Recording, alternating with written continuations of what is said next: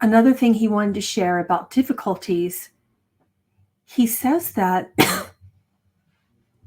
Jesus was very humble, but he was often, they would be trying to get out of town to go back and forth to the temple, or trying to go to someone's home who needed healing and prayers.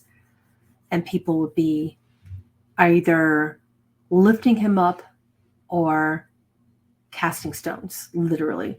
So lifting him up meaning just praises and worships and wanting to touch his robe.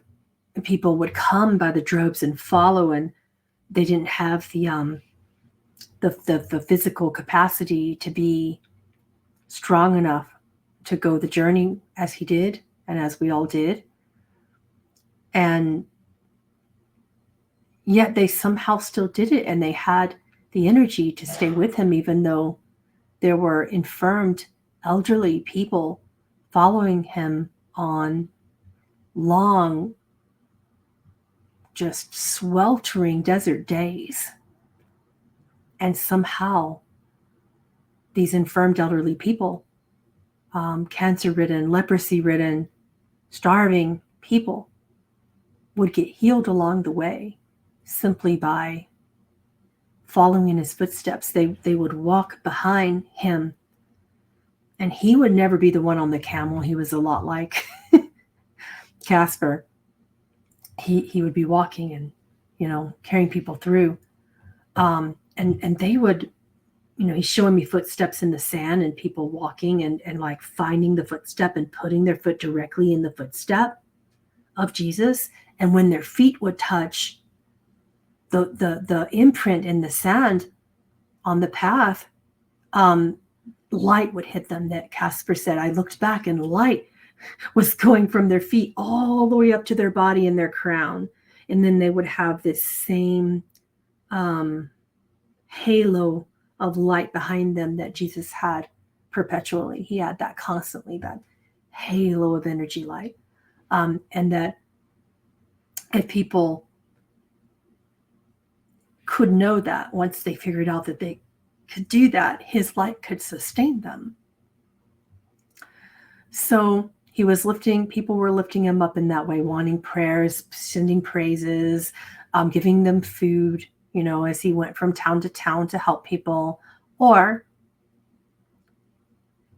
at a certain point in time, Roman soldiers were along the path, and they would came and try to spear him when they were walking through, or try to throw stones, or try to follow him and arrest him. And a lot of times they had to learn some very unique alchemy to be invisible to that. And Casper says he means that literally. They had to learn some unique alchemy to be invisible from the soldiers who wanted to arrest them. So then that began to happen. And then other people who didn't have the capacity to arrest, they would just say they weren't soldiers, but they didn't believe in what Jesus was doing. They would throw stones, and people traveling, Casper and the many beings traveling, the disciples would have to cover their heads sometimes, things like that. So a lot of stories about the difficulties that he witnessed with Jesus. But the biggest story of empowerment is that he just didn't stop. Nothing stopped him. And that's the biggest thing that Casper says really inspired him.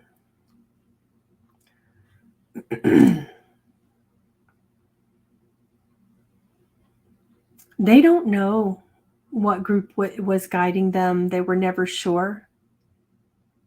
They didn't really have that knowledge, Sarah, to know extraterrestrial groups, or to know or to call them something. They just knew that gods were in the skies, and the gods would either masquerade as stars or masquerade in some traveling light, is what they called it. They never said spaceship, he said. They would say traveling light.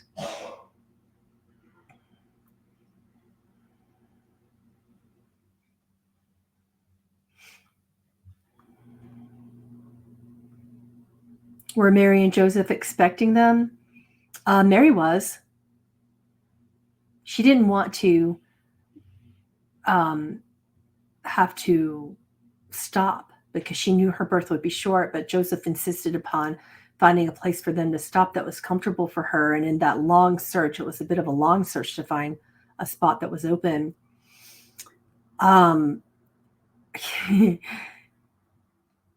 She said, we have to stop. We have to stop looking. This isn't exactly optimal, Joseph, but we have to stop looking because these 3 wise men are coming. And our child wants these adepts to be there. And Joseph said, what means do you have to say that? What, he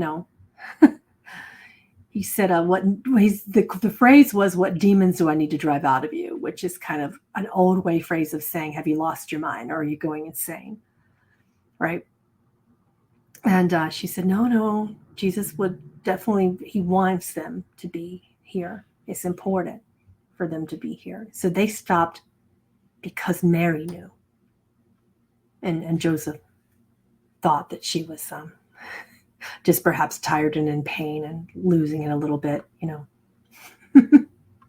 Like sounds like a married couple traveling, someone says in chat. Yeah, exactly.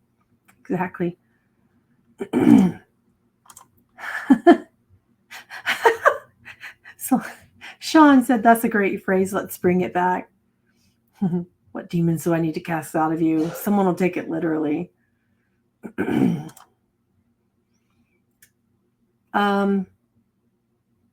see.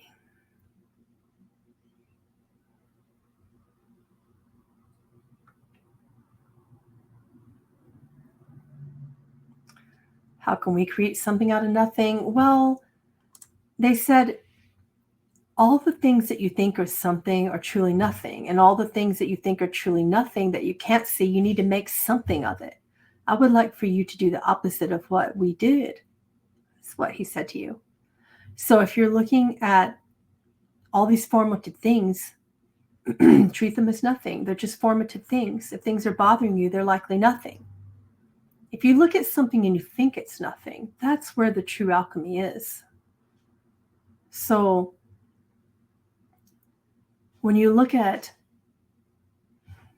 something you think is nothing, what is that to you? What in your life is something that you think is nothing? Could be the practical things, like all the things we don't like to do, like doing our taxes or running errands or washing our dishes or, just the little things. Those are some things that we think are nothings, but those nothings should become bigger somethings. Look at what you believe would be necessary about your growth and ask yourself, is that true?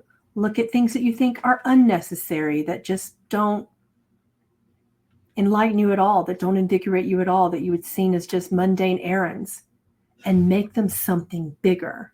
Make them something more powerful for you. That's the basis of that type of alchemy. When you understand visibility and invisibility, look at what's visible and make it invisible to you. Make it more sacred. Make it more quiet. When you look at something that's invisible to you, chances are that's more important. Make something that's nothing visible to you and powerful for you and magical for you, right? So he said, I can't give you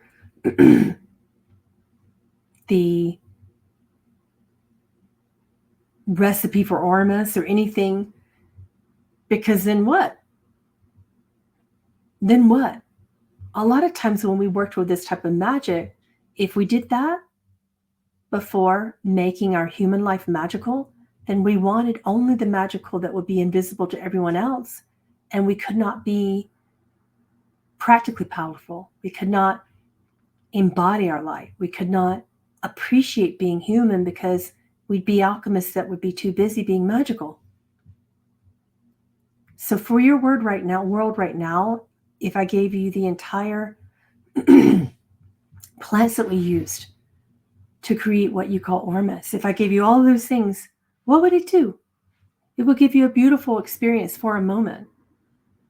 And then what? Alchemy has become different for you now. Very different for you now.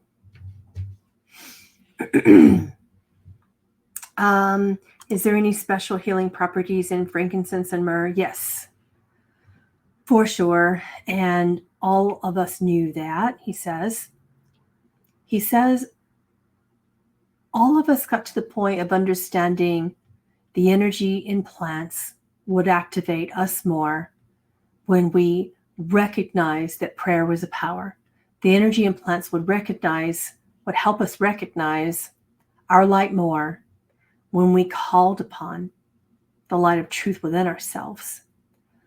Working with plants was a big part of our alchemy, but also the plant essences would change into life-changing elixirs because of our prayer, because we knew how to bless those elixirs that we created.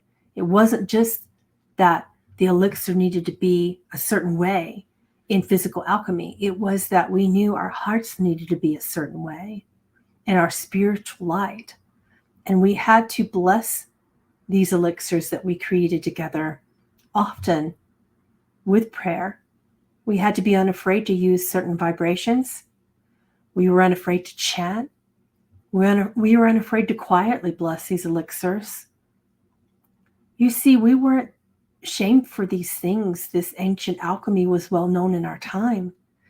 And because we were supported, it was easier for us to do that daily. You aren't supported well in your time for such things. You go off into your private means to do such work. So it's a difference in the era that we lived in versus yours.